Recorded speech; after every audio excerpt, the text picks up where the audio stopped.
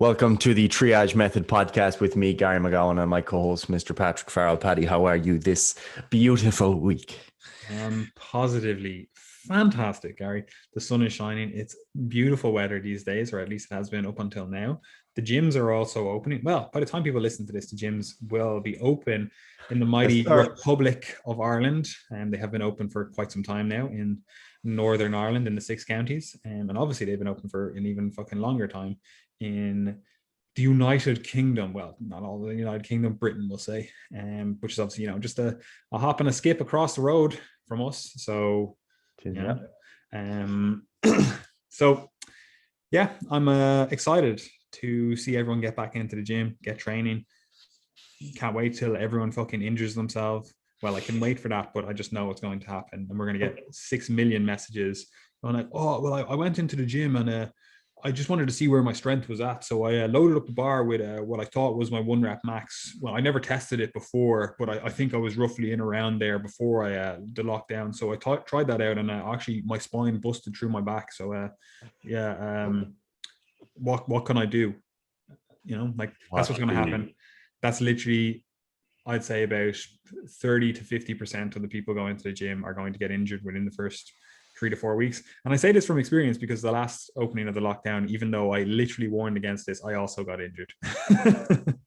So I'm not saying this is like I'm a holier than thou person. Like, my spine did literally fucking burst out my back. So not literally, just by the way. It was literal.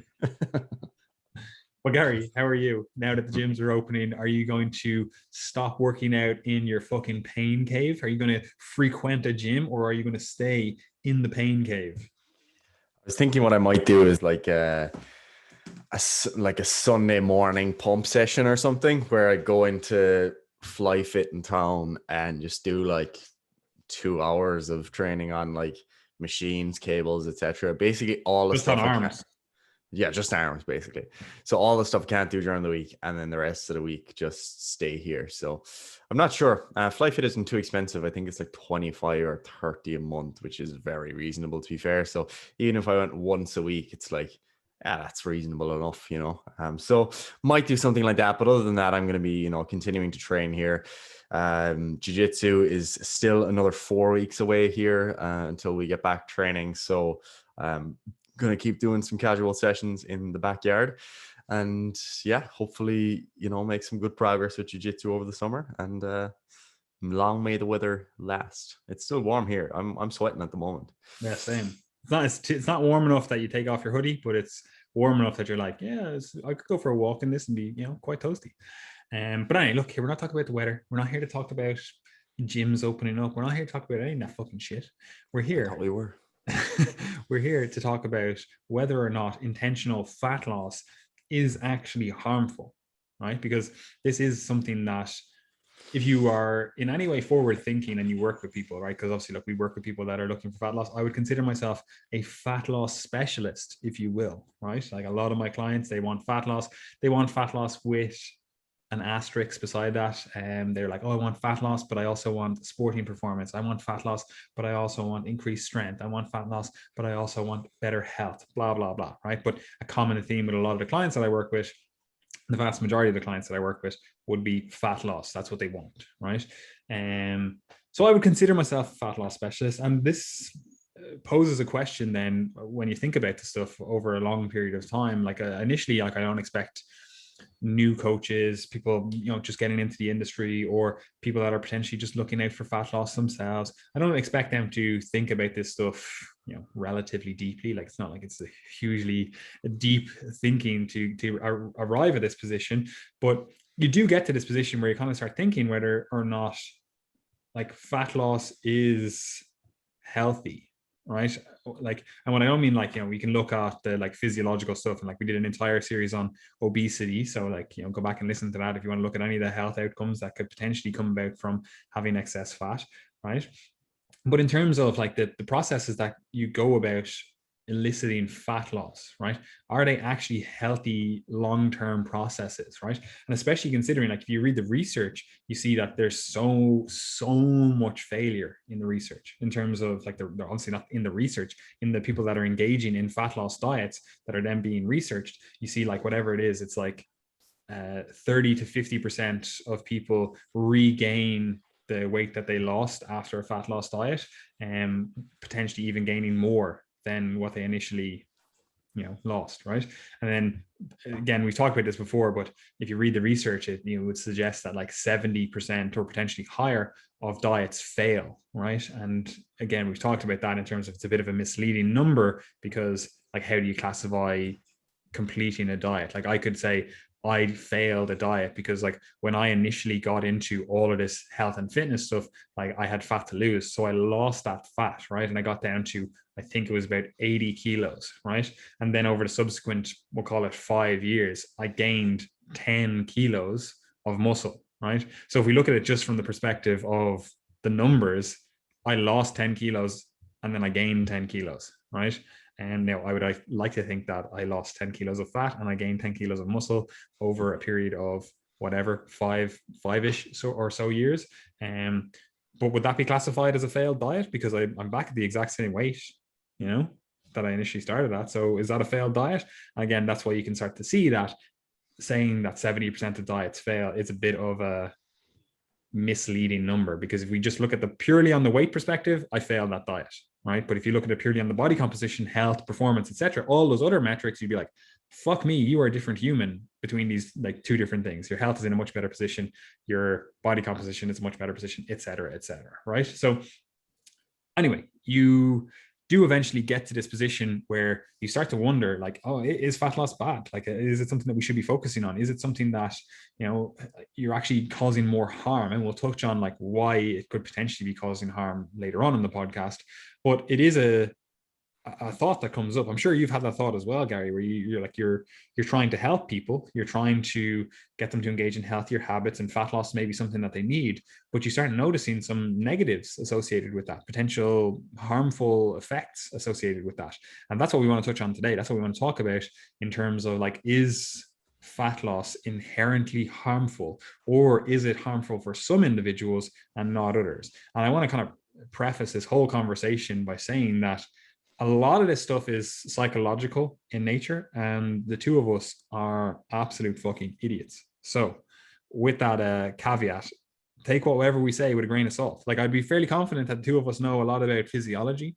I'd be fairly confident that, like, I'm like, I know a lot of biochemistry. You're training to be some sort of doctor. So I presume you know something about that. However, neither of us are psychologists. So when we're talking about the mental health side of things, like, well, yeah, I've done stuff like, as I said before on the podcast, I did my dissertation in like depression, sex differences in depression and stuff. So I know, like, I've read a lot of the research there. This is somewhat tangentially related to what we'll talk about today, but I wouldn't consider myself an expert in mental health issues or psychological issues. And some of the issues that we're going to touch on today are those issues, and also, I want to caveat all of this conversation by saying that humans, like, we didn't evolve to see ourselves, right? Like, right now, as I'm recording this, I'm looking at my face, right? Like, I can see my face in the screen right back at me.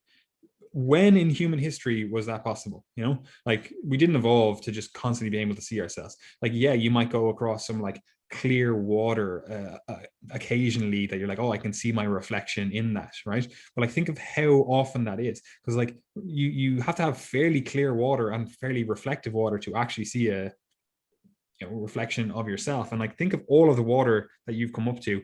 It doesn't happen that often, so that's one thing that you have to take into account with all of this, that like, our brains are not evolved to see ourselves constantly, either in a reflection, you look in the mirror, in pictures. Like, that's a big one that fucks a lot of people up. They see themselves in a picture, and then it's like, it causes this fucking existential shift in their psyche, where it's like, they saw themselves in a picture at a beach in a, I don't know, bikini or something, and they were like, fuck me, like, no, this is not the person that I want to be, blah blah blah. And it's like, you would never have thought that if you never saw that picture. And like, humans were not designed to look at themselves. We're designed to look externally to the world, and like, yeah, we're designed to look at other people, and like there is a degree of, we'll call it social shaming, that causes you to constrain your habits, in terms of like, if someone says to you, like, parents are pretty bad for this, in terms of being like, oh, you're looking a bit fat, oh, you're looking a bit skinny, oh, you're looking like, they will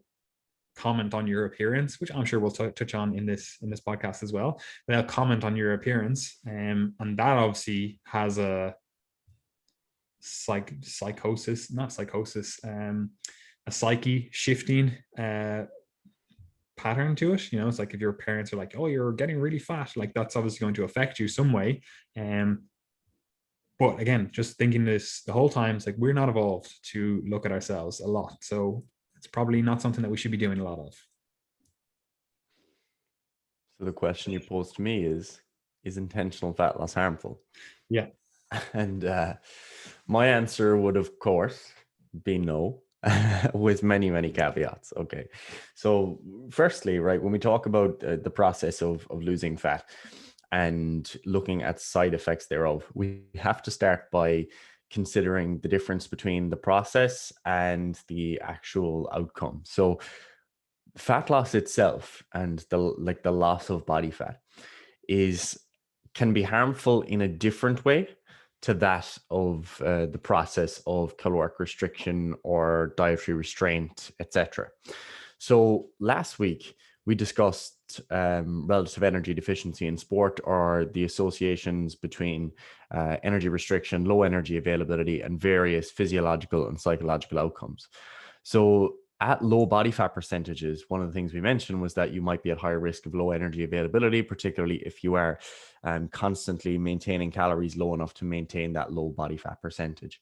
So there are, physiological effects of being at very low body fat that can be unhealthful for sure.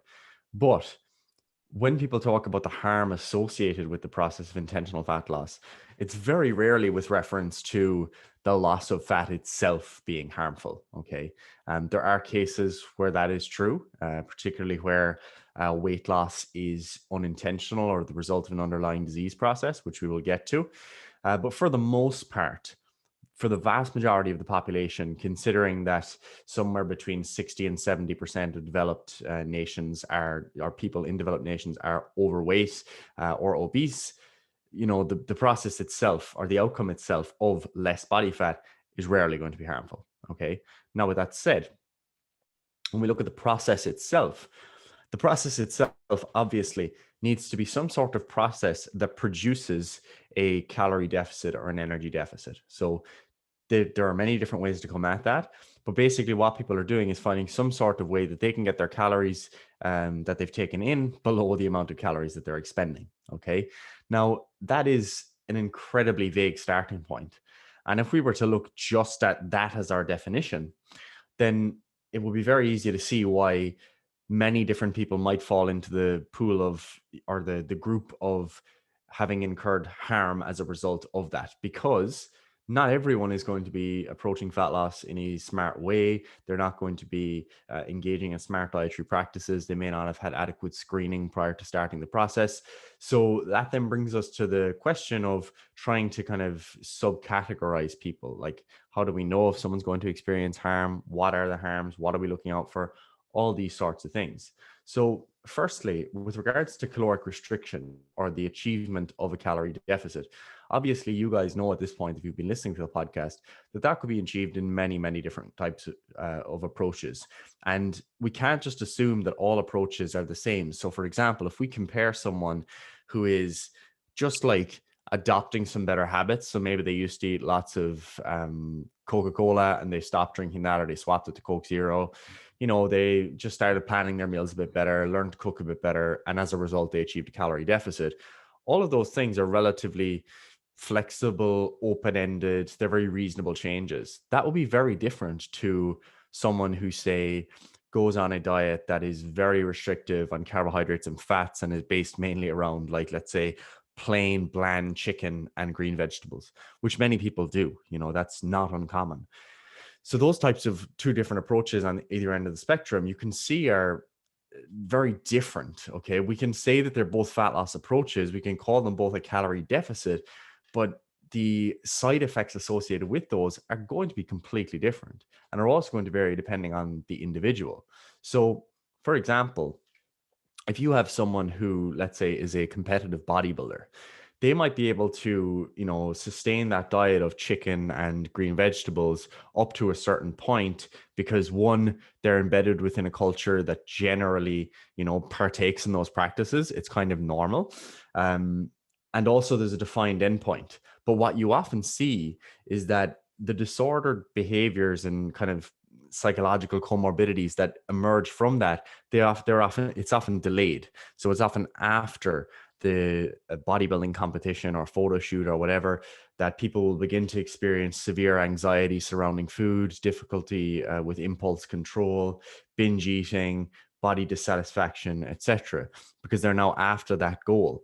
Whereas if you had someone else who just on that as well, yeah, like go ahead. some of the like whatever you want to call them, comorbidities or psychological comorbidities, like they're actually lauded. They're actually like, saying, oh, this is great for you. Yeah. We're like, oh, like they're body checking all the time. They're like, oh, I have a little bit of fat here to lose, or they're constantly looking at themselves, constantly doing like, oh, I need to get rid of fat here. And like, that's seen as a benefit. Like if you're like very psychologically rigid and very orthorexic in your approach to the diet, it's like you would be seen as like if you were like, if I would say a bad bodybuilding coach and you have this orthorexic client, it's like, oh, all I eat is clean foods, all I eat is like really quote unquote healthy foods, and I stick to my calories to within an absolute gram. Like you see people literally like you see it, we've commented on it before, but you see people like they'll literally have like 2 or 3 grams not of the, like they'll have like they'll weigh out like a chicken breast and it'll be 2 or 3 grams off it, and they'll literally cut 2 or 3 grams off another chicken breast to add to that, just because it's like, I need to be so like anal retentive with hitting these numbers. It has to be so exact, like everything within my powers to get this as exact as possible, like it's going to be done, so it's like those kind of things, they get lauded, they get like, put on a pedestal of like, this is a good thing to have in a bodybuilding context, so I just wanted to interject with that and say that like it's not only just afterwards that issues come up, it's like, no, during it issues come up, and some of the issues that come up are actually seen as positives in that community.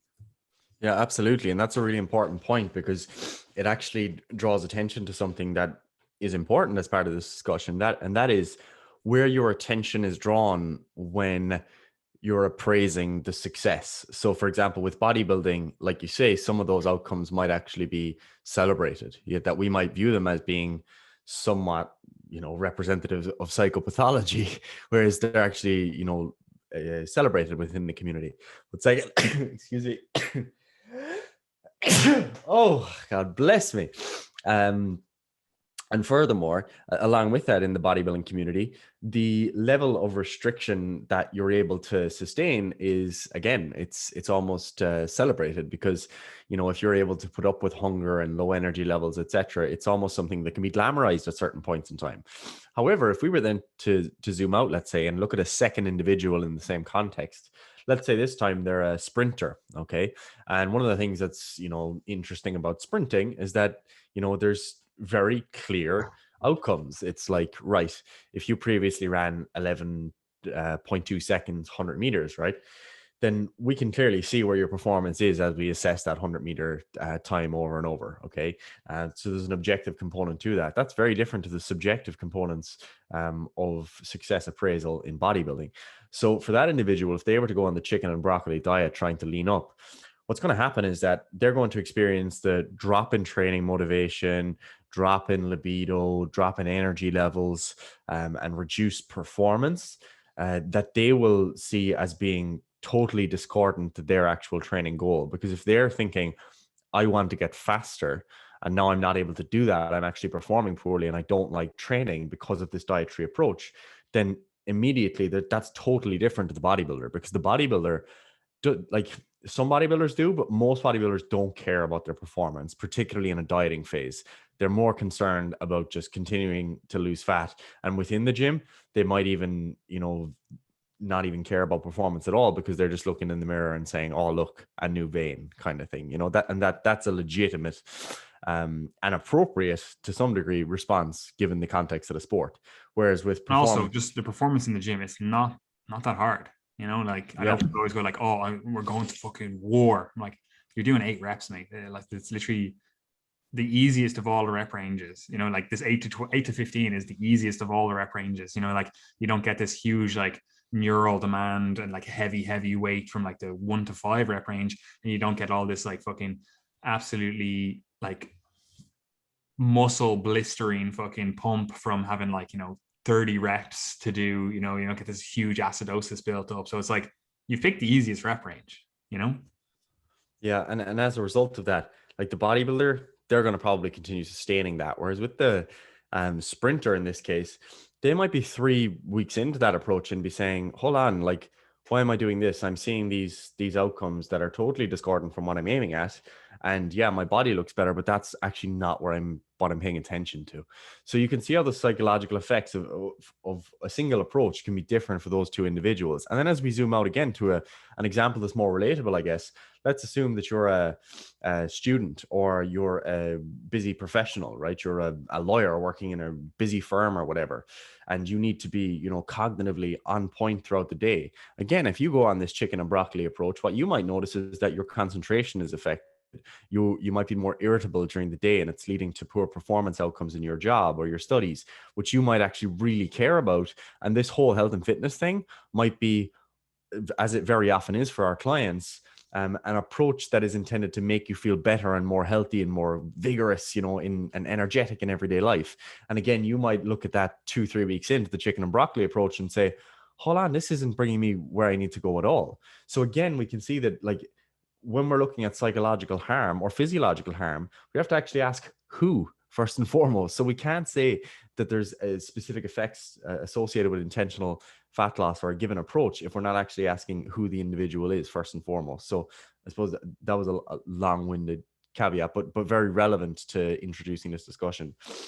100%. Right. So let's actually get stuck into it, right? Because we're going to answer that who question in a second, because there's clearly populations that are like intentional weight loss is harmful for, right? And then also there's populations where this is not a harmful intervention. So making it out as if it is a harmful intervention for everyone and saying stuff like, oh, diet culture, like different buzzwords, it's like this, you're focusing on a singular population, and that's not the whole population, right? Now that doesn't mean that we don't have to be careful with our words, or the approach we use with different people, and we have to definitely screen these individuals for the appropriateness of fat loss or a weight loss diet.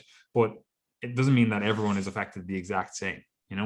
And so is intentional fat loss harmful? Look, I would argue no, right? As you said, the question is actually who is it harmful for, right? But is a fat loss intervention without harm, right? And I think we've already answered that in terms of last week and the week before, when we talked about a lot of the potential physiological negatives that can occur from a fat loss diet, a calorie deficit, right? Especially if it's taken to the nth degree, it's taken for a long period of time, or it's excessive. Like your 250 calorie deficit versus your 1,000 calorie deficit, 1/4 weeks, 1/40 weeks. Like they're obviously different interventions there, right? So that's the first thing that we have to be aware of. It's like a fat loss intervention or a weight loss intervention. It's not like that's not a one singular thing. It's not like, oh, here I gave you one drug. It's like that's not what it is. It's an approach to life, right? Or to living your life at the moment, right? So even with that better understanding, I'm still going to stand by the fact that like intentional weight loss is not harmful in the right populations. There are populations that it is harmful for. However, there are a few things that we want to look out for that could potentially signify that there is harm being done in this intervention. Like you might screen someone and go, okay, look, you are in an inappropriate place to engage in a weight loss intervention, right? A fat loss diet, if you will, right? But if we start noticing that their mental health is suffering in the pursuit of weight loss, right? Then that's something that we should be like very much reassessing our intervention then, right? So if we know, like we screen them, they're like, look, they've had no issues with diet. I've never had any issues with, my mental health. I've never had any issues, blah, blah, blah. You've screened them appropriately, right? Because that's what you should do if you are coaching someone, speak to them as a human. if you start noticing that there are some mental health issues cropping up, and these are, these really run the gamut of like what could potentially be cropping up. Like you said, it could be anxiety, could be depression, could be, just over focusing on, specific metrics in terms of like, the weight on the scale, or how clothes fit, or how other people view you, and like the whole host of things, right? You need to be aware of that in yourself if you're dieting, but then also if you are, dieting other individuals, you need to be looking out for those things, right? Now, this is a little bit less of an issue if you actually know what you're doing, right?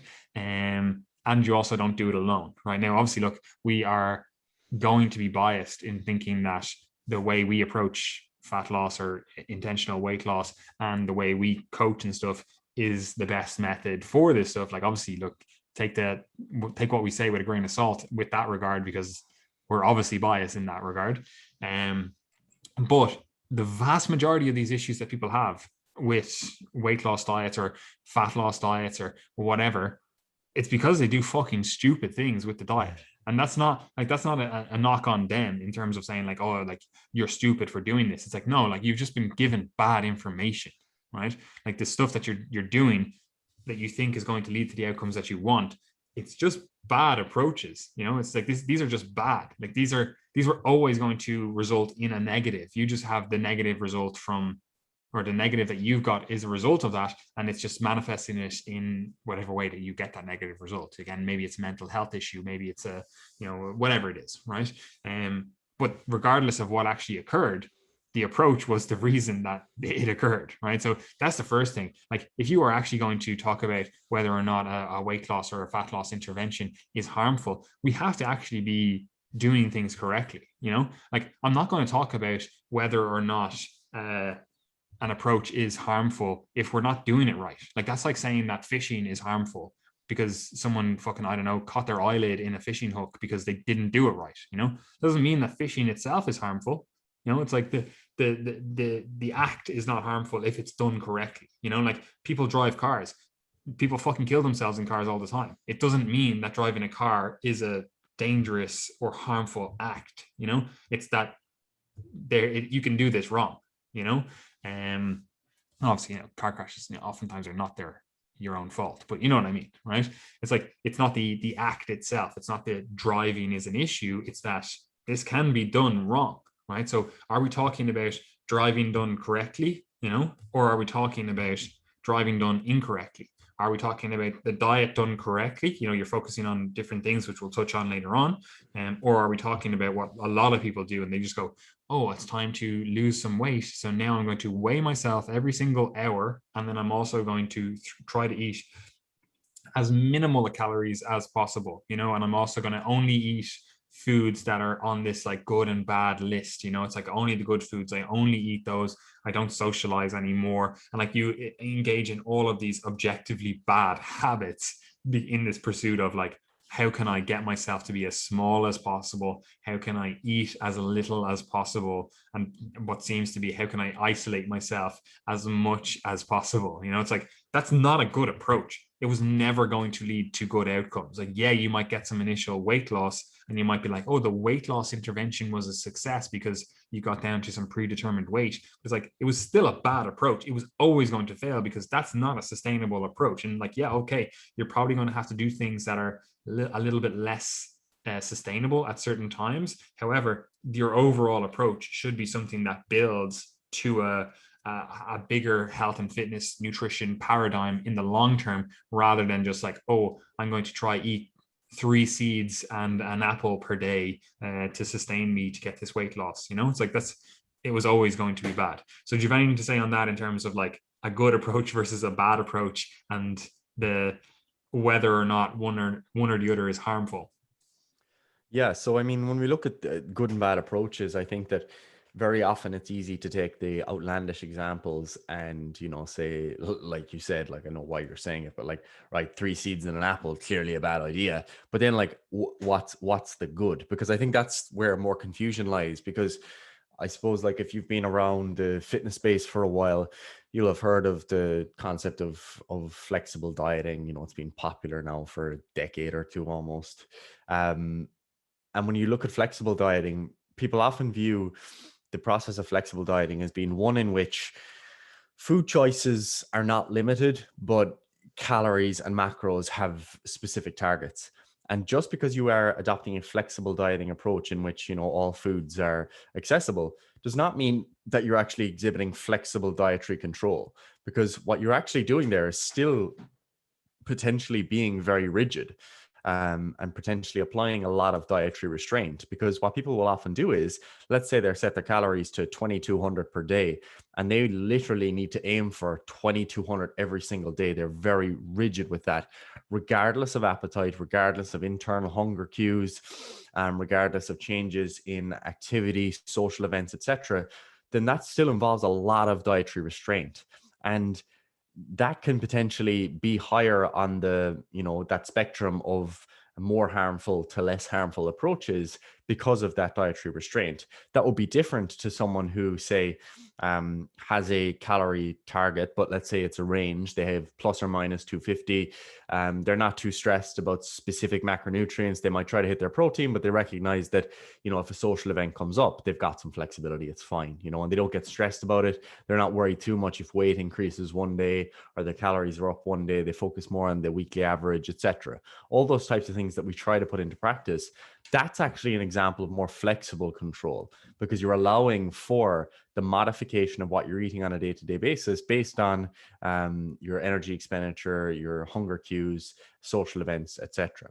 So that's going to be lower on that harm spectrum then, despite the fact that the approaches on paper might seem very similar, because it's still just calorie and macronutrient tracking of some sort. Okay, so I suppose that's just something to really be aware of when you look at your own diet, because very often it's easy to kind of look at, let's say, fixed meal plans that are very rigid, 6 meals per day, same, list of 5 foods or whatever, and call those rigid. But you can also be very rigid with a calorie tracking approach as well. So recognizing what's going on internally is something that is important there, because as you begin to divorce what you're eating from your hunger cues, you basically, are at higher risk potentially of some of those poor psychological outcomes, because you've lost the ability to regulate your eating.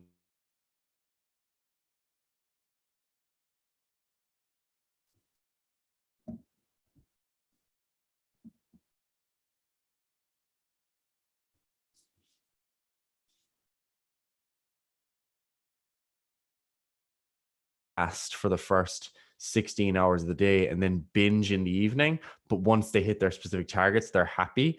But again, that's, anyone on the street could tell you that's probably not the best approach, and we would agree with that. So just recognizing there that dietary restraint is not necessarily just equal to a meal plan, and that you could be practicing so-called flexible dieting while still being very rigid with that dietary restraint. 100%. And again, it's always so hard to talk about this topic, because then you basically have to do this whole entire discussion of like, what is good dieting, like how do you do things effectively. Yeah. And like there's a million caveats. Yeah, literally there's so much to dive into this, and it's like you need to actually educate people on good dieting, which is what we hopefully are doing with the podcast and all the media that we put out and all the kind of stuff. But that's another discussion. But yeah, the next thing that can also be dangerous, and it's somewhat related to it, is that like weight cycling, or this kind of yo-yoing of your weight up and down, can be somewhat dangerous. And it's not from a, well, first of all, it is from a psychological perspective, because you constantly feel like you're a failure if you're like, oh, I did this diet, got good results, fell off track with it, got bad results, went back on this other diet, got good results, and you're constantly up and down. Like you kind of feel like a failure. You kind of feel like I've tried everything. Like I always call it the health and fitness merry-go-round, where it's like, let's just do another spin around, and you always end up back in the exact same space, even though you've put in all this energy to push this merry-go-round around. It's just going around and around and around and around and around in circles, rather than getting you like across the road where you want to be. It's like you want to be over there, but now you're just in this fucking merry-go-round, right? So that obviously causes issues. Now there are potential like physiological issues with like this constant up and down of like weight cycling, especially if it's done in relatively short succession, like you do get some like potential issues with like, bone mineral density. Like say you do this like really restrictive diet for a while, and it's like, all right, you did that for 12 weeks, you lost a load of weight. And, in the process of doing that, because it wasn't a really well structured diet, etc., you lost some bone mineral density, right? We've talked about that before, right?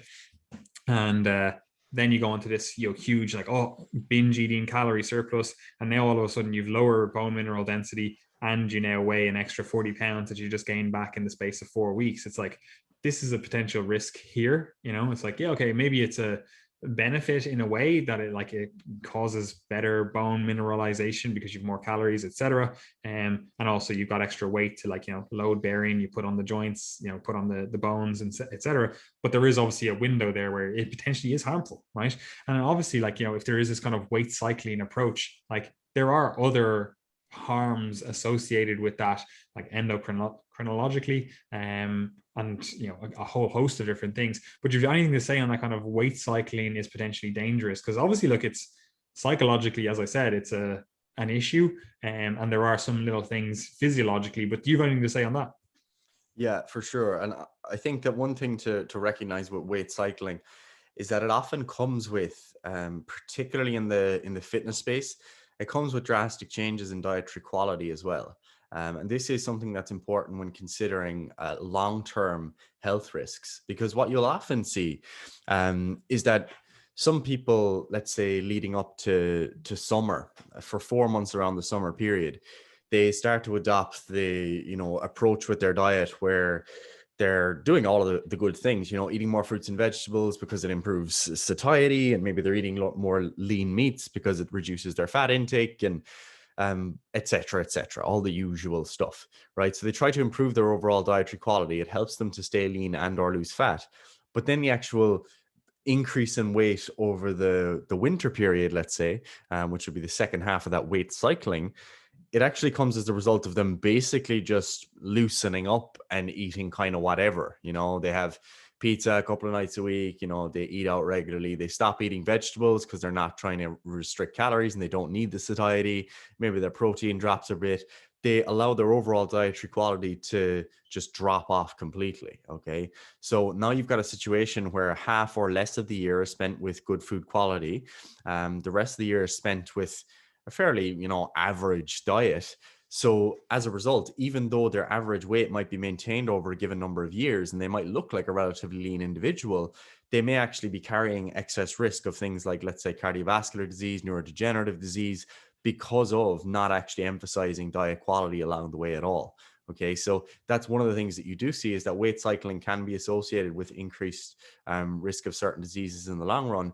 But zooming in and asking, okay, why might that be? What other things are happening there other than the change in body fat?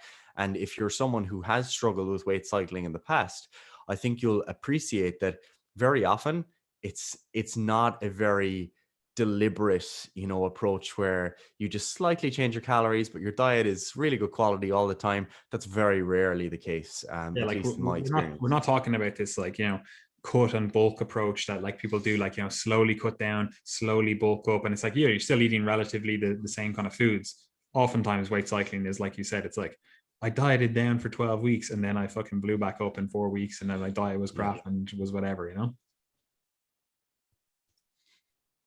Yeah, absolutely. Because, and I mean, that's the vast majority of the population. Like, that's the important thing to note, is that most people, and I never expect it to be like this, by the way, most people are not going to be perfectly tracking their calories and keeping their nutrition perfect all the time while measuring how much they're gaining exactly.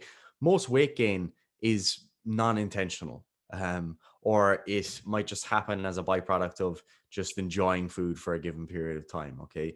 So just recognizing that when you're considering your own approach is really important, because what I don't want people to take away is that, oh, weight cycling might be harmful, therefore I should not go through these phases of, cutting down and then slow gaining, because like that's so controlled.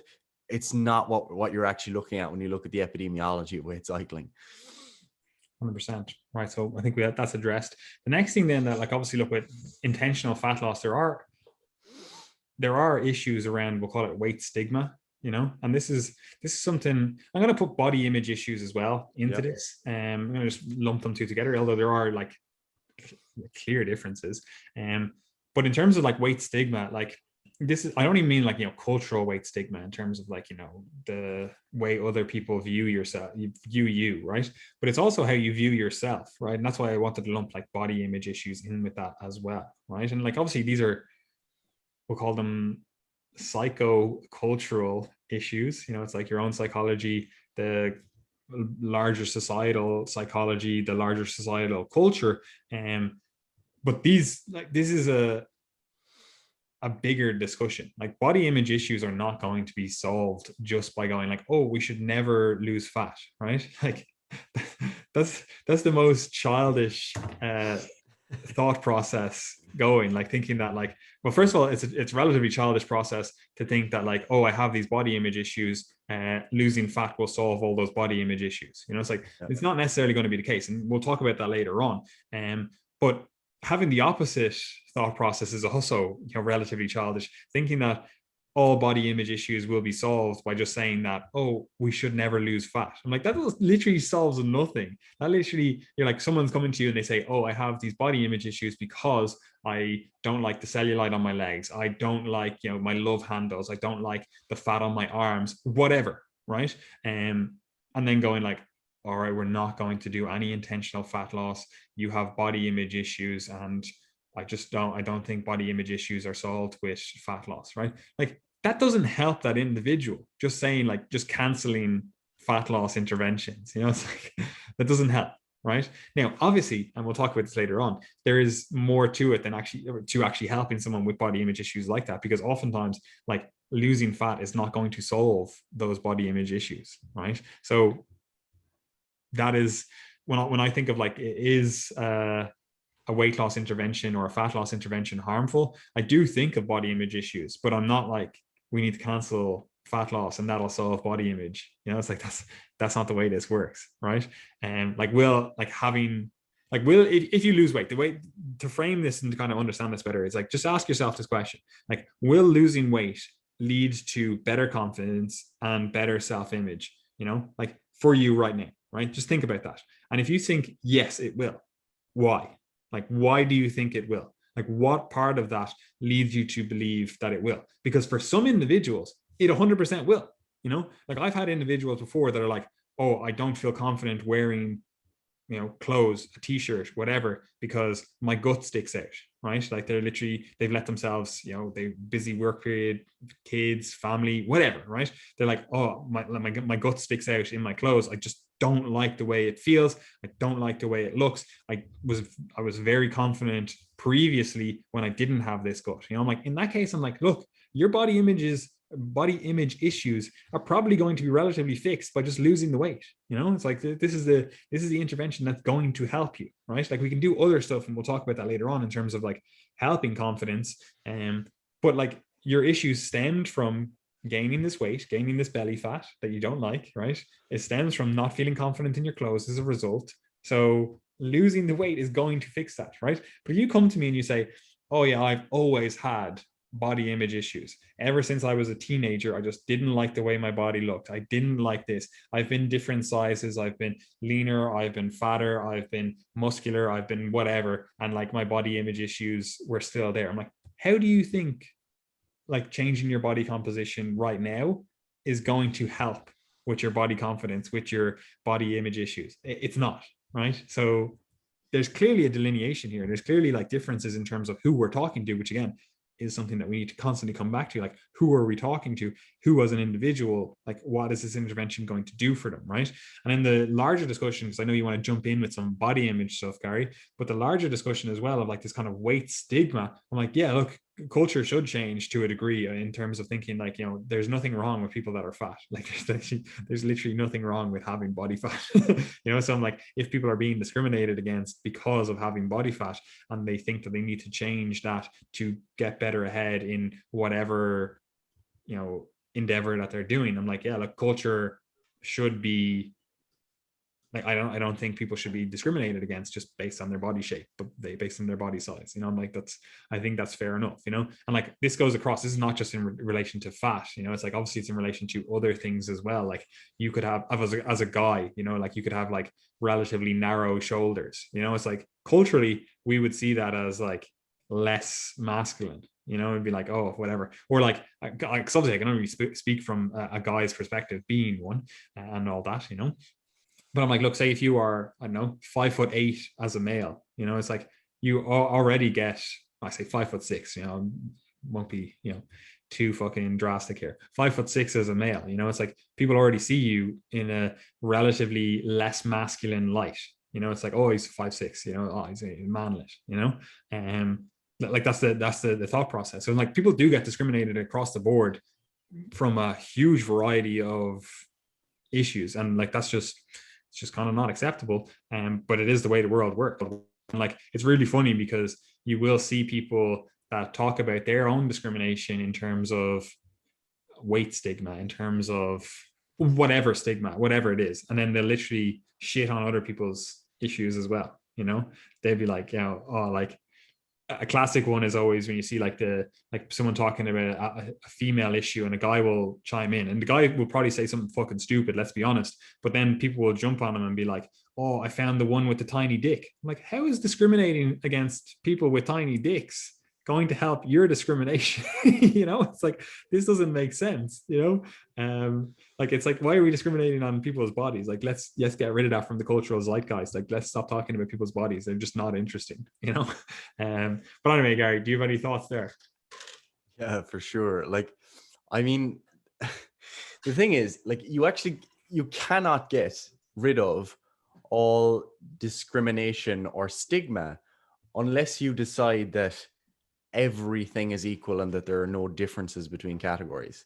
Because if you accept that there are differences and there's some sort of hierarchy, then as a result, you have to be able to discriminate in some way. And like, personally, I think it is better, like, and this is a personal view, to be leaner, stronger, and more muscular than to be fatter, weaker, and less muscular for me as a male. That's my perspective on life. Like, you can't necessarily tell me that is wrong. I have plenty of justifications as to why being more muscular and strong is actually a better thing. And therefore, I have to be able to discriminate based on that. It doesn't mean, like, the term discriminate, the way I'm using it is like to be able to decide between different things and put them in some sort of order. And for me personally, if I am able to, build muscle or be stronger, I view that as better or more virtuous for me personally than the opposite. Now, like, that's my personal perspective. Not everyone is going to agree with that. But I think that expecting to erase all discrimination or stigma is just unrealistic. That's some sort of utopian vision that just doesn't exist unless we're going to say that absolutely everything is equal. That's just silly. Okay.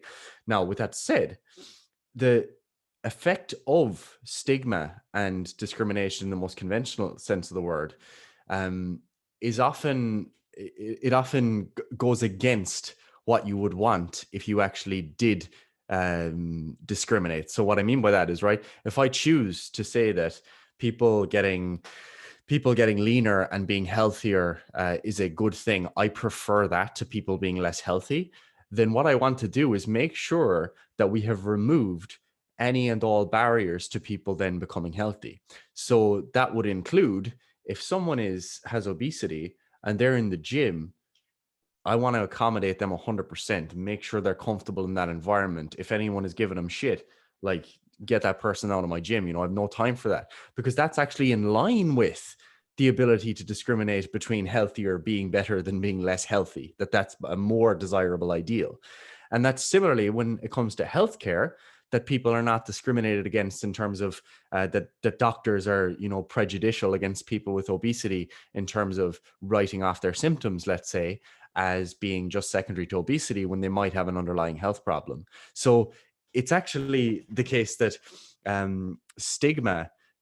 reducing stigma is actually in accordance with viewing better health and leaner outcomes and stronger bodies, etc., as being a better thing. So I view those as being concordant worldviews.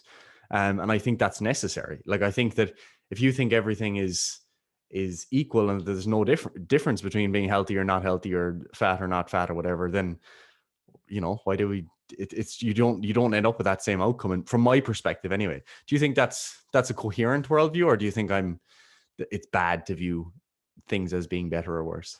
Well, I think you're an idiot regardless, but I think your worldview is spot on. But again, look, as I've said repeatedly on this podcast, I would be viewed as right wing. So maybe that's just my bias coming into this. Like, I'm like, I have a very simplistic worldview in terms of like men. I'm like, literally, there's three things that men need to do: it's protect, provide, and procreate. I'm like, Yep. My worldview is always going to be tarnished by that. That's not to say that you have to do all three. I'm just saying like they're the three broad categories, But yeah, look, weight stigma, we're not going to solve it. We've talked about it before. We'll probably talk about it again. But realistically, in this case, I'm like, I actually think it is something that potentially intentional fat loss could help with, right? But also it is something that you shouldn't have to change because society is like, discriminating against you in the commonly used term or commonly used way, in terms of it's like you're getting less job opportunities, or you can't go to fucking work because people are calling you fat or something. It's like that. Like in my mind, I'm like, that's not acceptable. But 100%, that is potentially a harm of intentional fat loss. It's like, it interacts in a harmful way. Do you have anything to say on body image issues and intentional fat loss potentially helping or hindering with that? Yeah, no, this is actually really important, and I went on a tangent, never got back to this part of the question, but yes, absolutely. So one of the things I've been doing more and more often over time is trying to kind of screen for those body image concerns in advance prior to someone engaging in fat loss or even in weight gain. And this is something we always ask about in our initial screening questionnaire. We have a series of questions related to this. But recently, when speaking to clients, I've been putting more emphasis on actually having them discuss it and really flesh it out a bit more. So, for example, I had one client sign up this week, and they were actually trying to gain weight long term, but their history provided me with information to suggest that this person had been cycling their weight quite a bit over time. They'd never really committed to a proper chronic weight gain period, and this was potentially due to discomfort with gaining a little bit of body fat. So having those discussions, even in a weight gain context, can actually give you information that informs your approach going forward. And with regards to intentional weight loss and body image specifically, understanding the why there is really important. So for example, if someone is thinking that once I get leaner and I improve my body image, that's going to improve my overall well-being and solve the problems in my life, like, I think that's a big ask. And that's why I like to ask people, what else are you aiming at? What are you doing with your career at the moment? How are your relationships? How are things with your family? What are you aiming at over the next 5 years, etc. That they're not getting so caught up in ignoring those things and just focusing all their attention on their body image as some sort of, I don't know, meaning or purpose in the meantime. That's something that's really important in there too. So obviously, if someone is clearly very straight in saying, like you say, all right, I just want to get leaner. I kind of feel crap about the belly that I've put on, and I just want to lose it. That's a very reasonable stance for me. If someone is saying, if I'm looking at someone and they're already, pretty lean and they've been lean for a number of years, and they're telling me, oh, I just want to, get my waist to be, much smaller. I want to lose a few more inches off my waist, and I want my calves to be thinner, and I want my arms to be slightly bigger. And there's all these specific concerns. I'd be far more concerned. Who wants their calves thinner? That's disgusting. I was trying to be inclusive of people like yourself. But yeah, I apologize to anyone who took offense to that. But yeah, I mean, yeah, dieting, intentional weight loss could potentially improve body image for the very simple reason that you're actually objectively changing your body, but it can also lead to a comparator that can exacerbate body image long term. And what I mean by that is that anyone who has been really lean, like has gotten their abs to the point where they've got veins and stuff, like you recognize that from there on, you're never going to feel lean again. Like, unfortunately, once, even if you get to the point where you still have visible abs, but those veins are gone, you know, they're not popping as much, you now have a new comparison. That new comparison is you at your leanest. And as a result, there will be a period of time where you do feel fatter, even though compared to the rest of society, you'd be considered to be extremely lean. Right And now, that's, that's literally what I feel. I literally am feeling that yeah, feeling right now. Like I'm sitting down, probably around 10 to 12% body fat, right? Like obviously I've been much leaner, striated, nearly striated glutes, you know, proper fucking lean, right? yeah, And right now I'm sitting down and there's just a little bit of belly fat just in my lower abs, you know, it's just pushing into my yeah, waistband. And I'm like, oh, look, I'm fat. I'm fat. But objectively, like I stand up, I have a six pack, you know? So anyone else looks at me and they go, Jesus, like you're in fucking great shape. So like, this is the exact type of person. Like if I was to go to Gary and I was like, Gary, I need to, you know, I want to gain muscle. I want to really like push muscle gain, but like I'm already feeling excessively fat here. Like, you know, I can't gain a single fucking micron of fat. I absolutely can't, you know? And like, you need to dig deeper with that, you know? yeah. Yeah, and I mean, personally, like at the moment, I'm deliberately gaining weight. And as that process unfolds, body fat comes with it. And I don't like gaining body fat, you know, but I accept it as a trade-off. So it doesn't necessarily improve my body image, but what I've done over the years is try to, and this is something I really work on with clients, is getting them to recognize that the grass is always greener on the other side, and to write out a table of the pros associated with being leaner and the pros associated with being less lean or at a heavier body weight. And when I look at that column, for being at a heavier body weight, you know, more strength, less hunger and cravings, or more ability to engage in social events, filling out my t-shirts more, ass looks bigger in jeans, you know, all those sorts of things. They're all positive outcomes. So then I might look at the other column and say, oh yeah, like when I'm leaner, obviously it feels a bit better to look in the mirror, you know. I, you know, might feel like more confident in myself, or I might like the fact that my face gets leaner and I can see my jawline, etc. But there's positives on both sides, and the key is to know that and to not get so caught up on the ones that are on the other column that you constantly allow yourself to be in a position where, regardless of what weight you are, you want to change your body image. Because that happens, especially with guys, when they diet down and they get lean and suddenly their sleeves don't fit, they're not hugging the sleeves anymore, their arms.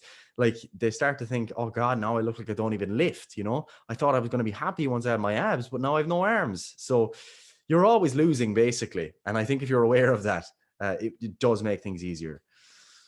100%, right? But anyway, look, body image discussions are a larger discussion overall, but it is a potential issue with intentional fat loss. Yeah. But I actually don't think it's an issue with intentional fat loss. I think it's just an issue, full stop, you Yeah, know, just full stop. That's it. regardless of, you know, what our approach is at that time period, right? But then I also want to touch on, right, because look, that's some very superficial stuff, right? Even though like the podcast has already been like whatever 40 minutes or whatever it is right now. And the thing that we need to touch on is like, who is it harmful for? 100% or relatively a high percentage, right? Like it's obviously not harmful for everyone, right? I think we've established that, right? There's clearly issues that can be solved by fat loss, right? Like if you have obesity, I'm like, sorry, like fat loss is probably going to solve a lot of the issues that you're presenting with, right? If you have like risk of heart disease, whatever, there's potential rationale for a fat loss intervention, a weight loss intervention, right? But who is it directly harmful for, right? Because in my understanding, the people that it would be harmful for, and I'm interested to hear your perspective because I already know all my own thoughts, but the people that I would think it's harmful for would be children, right? Like I'm like, there's potential risk there, especially in developmental periods, and like we don't want to have like intentional calorie insufficiency. Now, obviously, look, if the child is obese and they have like metabolic or cardiovascular complications as a result of that, it's like, you know, it's a trade-off. But as a general rule, like intentional weight loss in children that aren't overweight, obese, I'm like, it's probably not great, right? Like as I've said before, like I used to box, and I know all the people that boxed with me, like, and they, you know, did weight, like obviously there's weight categories in boxing, and they did like, you know, caloric restriction. They all ended up like smaller than their brothers who didn't do that, you know. So it's like, that's you might be willing to do that with the trade-off at the time, but then when you're five inches shorter than your brothers who didn't do that, it's like, it's something to be aware of, right? The elderly as well, there's potential risk, like direct risk with, weight loss interventions in the elderly, and people with cancer, or any other disease slash illness, there's potential harm there for intentional fat loss. And obviously, and we've touched on it before, like people that have, we'll call them psychological issues, either directly related to like body image, directly related to like nutrition, health, fitness kind of stuff, but also potentially in other avenues, like maybe not depression. Well, it depends on what the etiology of that depression is, but like if we're lowering inflammation through some fat loss, that could potentially help with depression. But as a general rule, like for all these other ones, it's like, if you have a mental health issue, it's probably not the right time to be engaging in fat loss. Like it can help, but for some individuals, it is a negative. Now, I have a few clients that have depression, and getting fat loss has helped them, and that's through a variety of vectors in terms of like, better exercise capacity. They enjoy exercise. They enjoy being able to socialize. They'd be like, blah, blah, blah. Like there's other things going on as well to that, right? And then obviously just related to the illness one as well, like I would consider, even though it's not the actual question we're asking, but like unintended weight loss without like clear rationale, like I would see that as an issue, right? Like even if you're just a quote unquote normal person, you're just doing your everyday life, and then all of a sudden you're like, oh, I lost 10 pounds. I'd be like, right, well, did you do anything to do that? And they're like, oh no, I didn't do anything. I'm like, well, that's something we need to look into a bit deeper. Like, is there something metabolically going wrong here? Is there something hormonally going wrong here? Has your lifestyle dramatically changed? Like, what's the reason for this? Because you might be like, right, actually I wanted to lose 10 pounds, I feel great. It's like, that's fantastic. That's secondary to my concerns here, because the concerns I have is like, if you don't know what's occurring and what's happening here, like what's to stop another 10 pounds being lost, or another 20 pounds or 30? It's like, we need to actually look into this a little bit deeper to actually see what is going on. So it isn't the case that you basically just waste away to nothing and then find out that you have, like, I don't know, hyperthyroidism, or you have some sort of fucking cancer, or you have something fucking going on underneath the hood, But what are your thoughts there, Gary? Who is intentional weight loss harmful for? Yeah, as you say, the elderly is a big one, because effectively, as you begin to age, the risk associated with weakness, low bone mineral density, osteoporosis, sarcopenia, etc., all begin to increase. And effectively, what we see is that, when people are hospitalized, for example, the frequency of which is likely to increase as you move into your older years, they begin to lose muscle mass, lose body weight, and effectively having more of a reserve there is actually generally going to be helpful, because you've got less, or you've got more to lose, and thus more of a reserve. Okay. So that's something that is important as you consider elderly populations. And additionally, I suppose another important thing there is that when we're considering obesity associated risks, they're effectively cumulative lifelong exposures. So for example, if you're 20 years old and you're obese, then you're dealing with the cardiometabolic risk factors associated with that for the next 60 years or so.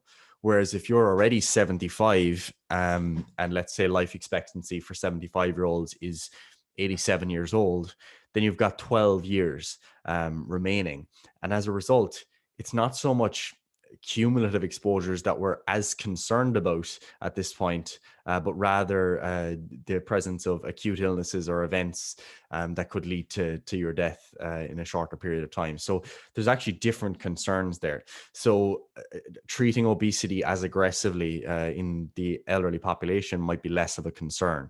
And generally people do lose a bit of weight as they age anyway. So yeah, that's a big population. And I suppose understanding as well that weight loss is actually one of the kind of key red flags that will be looked out for in illness presentations is really important. Because, for example, if you signed up with Triage even, and you tell me that you've had back pain, but you've also had unintentional weight loss of 20 pounds in the last 3 months that you didn't mean to lose, I'd be really concerned there. I'd be worried that could be something more sinister, and we'd be looking to refer you on. So that's important, is that weight loss can sometimes be a signal of underlying illness. particularly if unintentional and if associated with other symptoms along with that. So yeah, just recognizing that clearly it's not always a good thing in those cases. Other than that, look, there's many different illnesses in which intentional weight loss might not be a great idea for you. Any disease that involves a loss of muscle mass as it is, then intentional weight loss, particularly if not undertaken with resistance training and high protein diet, is going to potentially be harmful. So yeah, and I mean, obviously, when we're looking at intentional weight loss, more disorders closer to the eating disorder end of the spectrum, like anorexia nervosa, bulimia, etc., they're obviously areas as well where we'd be concerned about intentional weight loss. And even in those who just have a history of those conditions, I'm always more careful with screening for engaging in any sort of weight loss. And even if they're not on all the way on that end of the spectrum, if someone tells me that they've got a significant body image history, significant history of binge eating, etc., and never any formal diagnosis, again, I'm more concerned about intentional weight loss potentially being harmful in that case, because they may actually be presenting to a personal trainer to ultimately facilitate something that's unhealthy, and to kind of guide them along the way and let them know that what they're doing is actually a good idea, when in fact they mightn't be disclosing all information about how they're feeling, psychological comorbidities, etc. So they're the big ones that come to mind for me initially anyway. 100%. So look, for some people, intentional weight loss, fat loss, whatever you want to call it, can be harmful, right? So there's no way to discount that, that it is the case. However, we didn't just say everyone in that category, and that's oftentimes put across by certain populations of people, like trying to educate, quote unquote, educate people on intentional weight loss or fat loss and the negatives or positives associated with that. However, it really depends on the individual, because I know there are individuals out there that don't potentially fall into a category of the elderly, cancer patients, whatever, there's no illness present or whatever, but for them, intentional weight loss is going to be harmful. And what I mean by that is, like, there is some sort of underlying or potentially non-underlying, like it's, just present mental health issue that is going to be affected by weight loss or intentional weight loss, right? Like, one of the things that I always look out for is like people that get caught up in the scales, like just looking at the scales or any other metric, like even like this kind of idea of like healthism, like chasing like numbers on like a blood panel or whatever. It's like, if someone is exhibiting thoughts that they're like, oh, all I care about is the scales number, or I'm like, oh, I need to be as small as possible on the scales, or I need to chase this blood metric, like I want my LDL below fucking 1. It's like if we have someone that's coming to us and they're literally like very much chasing a number or very much looking at external metrics rather than diving deeper in terms of their actual underlying thoughts about this or their underlying rationale about this, and it seems to be very much an obsession. I'm like, we have some sort of eating disorder here, well, health disorder here, like there's some sort of mental illness here that needs to be addressed. Like, this is not going to be addressed by achieving that number, because all that happens then is like we achieve that number, like we get them to 60 kilos on the scales, right? And then if there's any deviation from that, the mental illness is still present, where like, fuck, I went up to 60.5 today. It's like we're never going to beat that by just looking at, let's get you to that number, right? We actually have to do a deeper dive in terms of like actually addressing that issue, right? And obviously, look, sometimes that means that we have to refer out. Like, if there's someone that's like psychologically they fucking cannot do it without looking at these numbers, they're like, oh, I have to be obsessed over this. I'm like, you need to go to someone to talk about these obsessive thoughts. Like I can do a good job of like walking you through this rationally, but also for some individuals, they need that extra help, right? So for those individuals that, they do have these obsessive thoughts, or these, they have like underlying or known issues around, we'll call it the psychology of dieting. I'm like, yeah, 100%. Like, this is a weight loss intervention is probably not going to be beneficial for you, right? So for them, I'm like, look, there's definite issues, but how much of a percentage of the population is that, And again, it comes back to that first thing where we were talking about earlier on, where it's like, when we talk about a weight loss intervention, are you talking about a weight loss intervention that you have done, that you've pieced together from fucking magazines or what your friends told you? Or are you talking about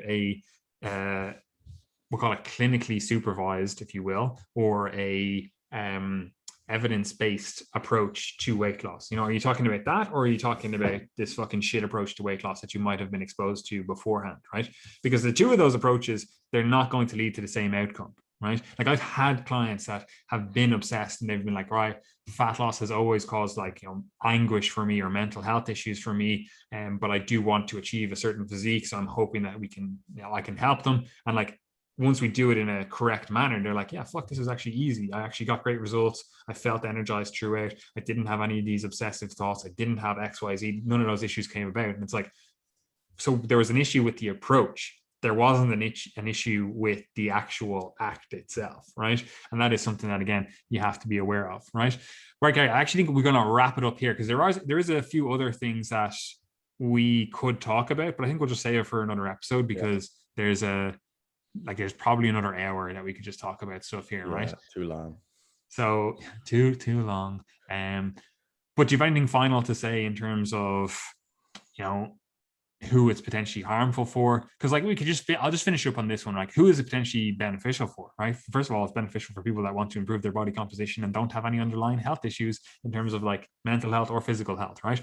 But then obviously intentional weight loss is potentially beneficial for the obese or the overweight and people with heart disease. Now, that's not always the case. Like, you don't want to have intentional weight loss and certain issues with heart disease and diabetes, as we've talked about before. And any of the issues that can be solved by reducing the overall adipose tissue on your body, they're going to benefit from an intentional fat loss approach, right?